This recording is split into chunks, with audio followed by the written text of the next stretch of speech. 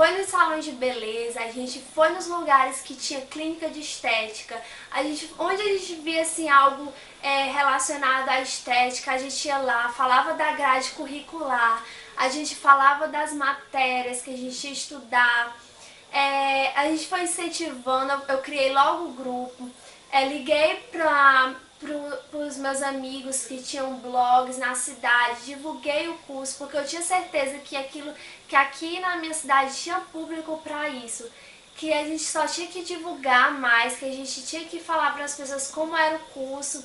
As pessoas foram sabendo, a gente foi adicionando no grupo e a gente conseguiu fechar a turma com mais de alunos que tinha estipulado pra gente, porque no dia só havia 8 meninas inscritas. E a gente fechou a turma com mais de 35 alunas. É mais do que elas pediram lá. Então eu acho que é isso. Se você quer fazer uma coisa, você tem que persistir naquilo, tá bom? E vamos para a próxima pergunta. De acordo que eu vou respondendo para vocês, eu vou lembrando da história, porque afinal a história não é curta, a história é longa demais. E eu vou contando para vocês, tá bom? Então, em relação a isso, como foi o seu primeiro dia de aula, né? E se você tem dicas para os calouros, né? Como eu já respondi para vocês, eu não tive meu primeiro dia de aula, né? E com certeza, se tiver os calouros aí, dessa próxima turma que vai fechar, vocês vão ser meus calouros. Se você tiver interesse, se você for fazer, você vai ser meu calouro aí, viu? Então vamos para a sexta pergunta. Sobre o seu TCC, você já começou a fazer e qual tema você pretende abordar? Bom, meninas, na minha faculdade a gente não tem TCC.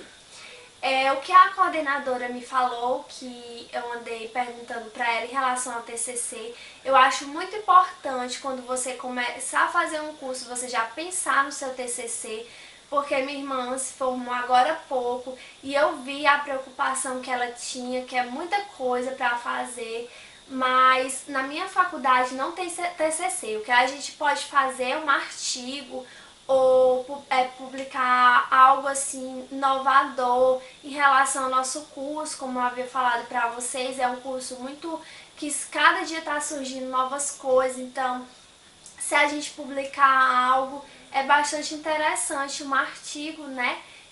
Já que não tem um TCC. Então, meu curso ele não tem um TCC, por isso, mas eu já havia pensado nisso quando eu comecei a pensar em fazer estética. Mas que pena que não tem TCC, né? Que pena ou não, né? Porque é um trabalho bastante, mas que acho que vale a pena, porque o aluno aprende muito com isso, mas a gente tem os artigos que a gente pode estar publicando. Sétima pergunta. Você se considera uma boa aluna? É muito difícil de a gente falar de nós mesmos, mas eu me considero uma boa aluna. Eu acho assim, gente, que uma boa aluna não é só em relação também à nota, né? Porque a nota também questão de nota não vai avaliar o aluno, mas graças a Deus eu passei direitinho.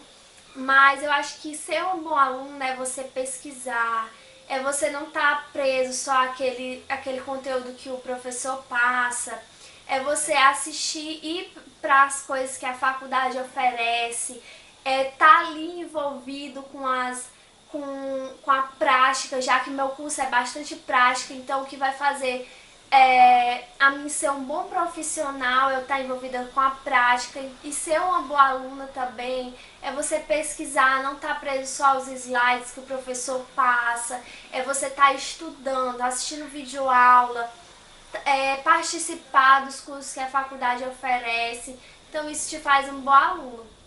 Então, por esse motivo, eu me considero, sim, uma boa aluna. Eu tô ali sempre empenhada nas coisas que a faculdade tem a oferecer, estudar conteúdos fora o que os professores passam, e eu acho que isso é muito importante. Então, como eu disse para vocês, é difícil a gente nos autoavaliar, né?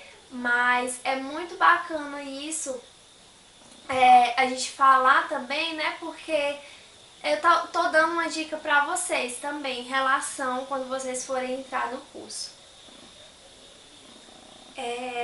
Próxima pergunta. Você está 100% satisfeita com o curso que escolheu? Vamos dizer que 99,9% satisfeita. Por quê? Eu acho assim que toda profissão, toda área tem aquilo de a profissão ter um certo limite que você pode atuar. Por exemplo, na minha profissão, tem procedimentos que eu não posso fazer, como Botox. É um procedimento estético, né, mas que cabe ao dermatologista. Por exemplo, tem lasers que eu não posso estar utilizando, agulhas de certo milímetro eu não posso estar utilizando, então que já vai atingir a área da fisioterapia ou a área da dermatologia, então tem um certo limite que eu não posso estar fazendo, né? E outra dica, gente, que eu vou dar pra vocês também é em relação à faculdade, né? Porque que a pergunta é quais dicas você daria para quem está querendo começar a fazer o mesmo curso?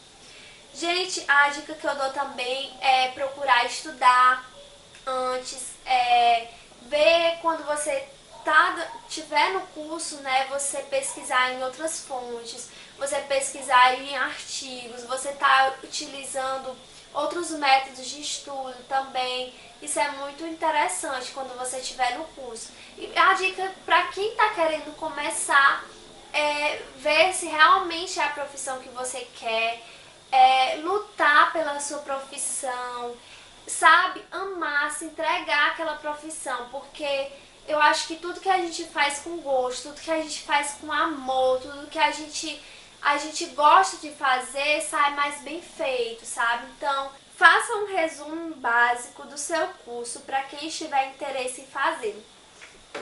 Então, eu acho que nada melhor do que eu falar um pouquinho das minhas matérias para vocês no primeiro período, comentar um pouquinho das matérias e vamos lá. Bom, eu tive a matéria de biossegurança nesse primeiro período, bioética,